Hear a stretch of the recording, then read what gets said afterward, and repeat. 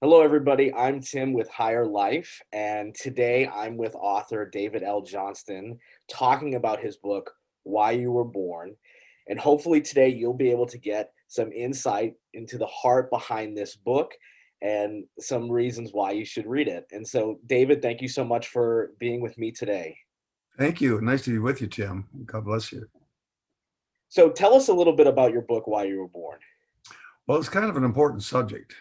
To be here and not know why you're here is really leaves a person lost, empty, um, potentially subject to disillusionment. Like, what in the world am I doing? Where am I going? What is life all about? So, at the core, everybody needs to have an accurate identity. They need to know who they are, what they are, and why they're here. Otherwise, life is just a maze and it doesn't make a lot of sense. So it's probably the most critical truth anybody could ever discover. It's a self discovery book at probably the most rudimentary level.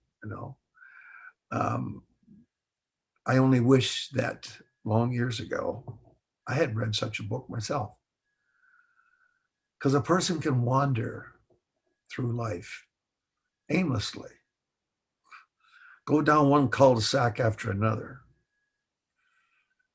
turn around, come back, look for another one, and not know what they're even doing here.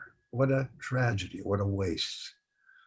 So the book is designed, I think everybody should read the book, not because I wrote it, um, but they should read it because the content is life changing and it will put them on a track that's a destiny, a purpose, a reason for being, which when you discover that and start to live that, you turn from a question mark to an exclamation mark.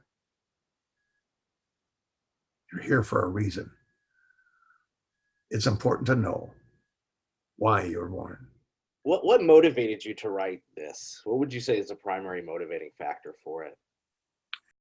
I would say there's two answers to that, Tim. One, um, my own emptiness as a young person.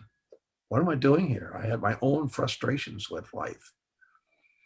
And it wasn't until I was 18 years of age that I had an experience that was life changing. And I don't mean to sound like crazy, but it might sound crazy to some people. But when I was 18, my father was a pastor and I didn't believe all that stuff, right?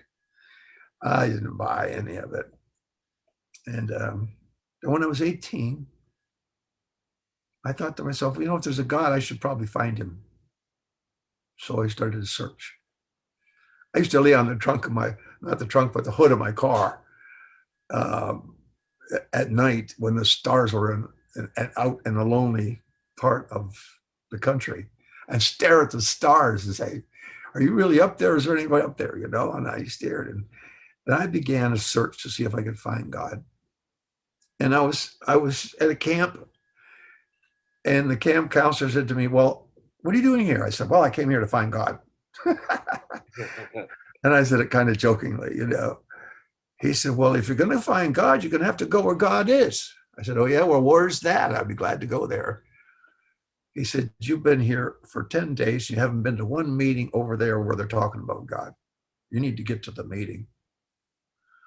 So I went to the meeting. I thought the guy preached on if you're hungry and thirsty, you'll find him. I thought, well, that's for me. I went to the altar. It was like brick walls. The prayers didn't go anywhere. So I left camp. I was driving 20 miles or so away. And and I know this might sound really weird, but I heard God say, I'll meet you tonight if you go back to the camp. I thought that's really sick. So I turned around. I had a little Carmen Ghia at the time, a little sports car. So I turned around, went back to camp, and I couldn't wait for the preacher to get finished. I don't even know what he said. But I knelt at that altar, and I was there for more than 2 hours. Nobody else was there when I came to.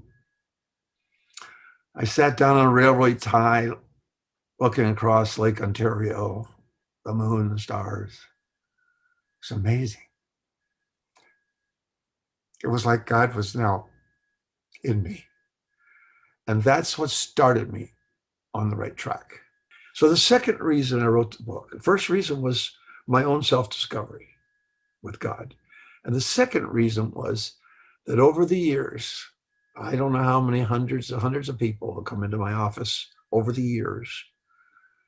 So I'm very involved with people's lives. And I discovered they needed to know these truths too. So that's why I wrote the book. My own self-discovery, and also I want everybody else to know what they're doing here. And everybody comes into my office at the most, I mean, most people don't even know what they're doing. And so it's a starting point for what I would call an amazing life, to know why you were born. That's amazing. Well, thank you. Thank you so much for sharing that. I think everybody should read this book, Why You Were Born, and it's available. And thank you, David L. Johnston, for allowing us to talk about this today. My pleasure. Thank you for what you're doing too.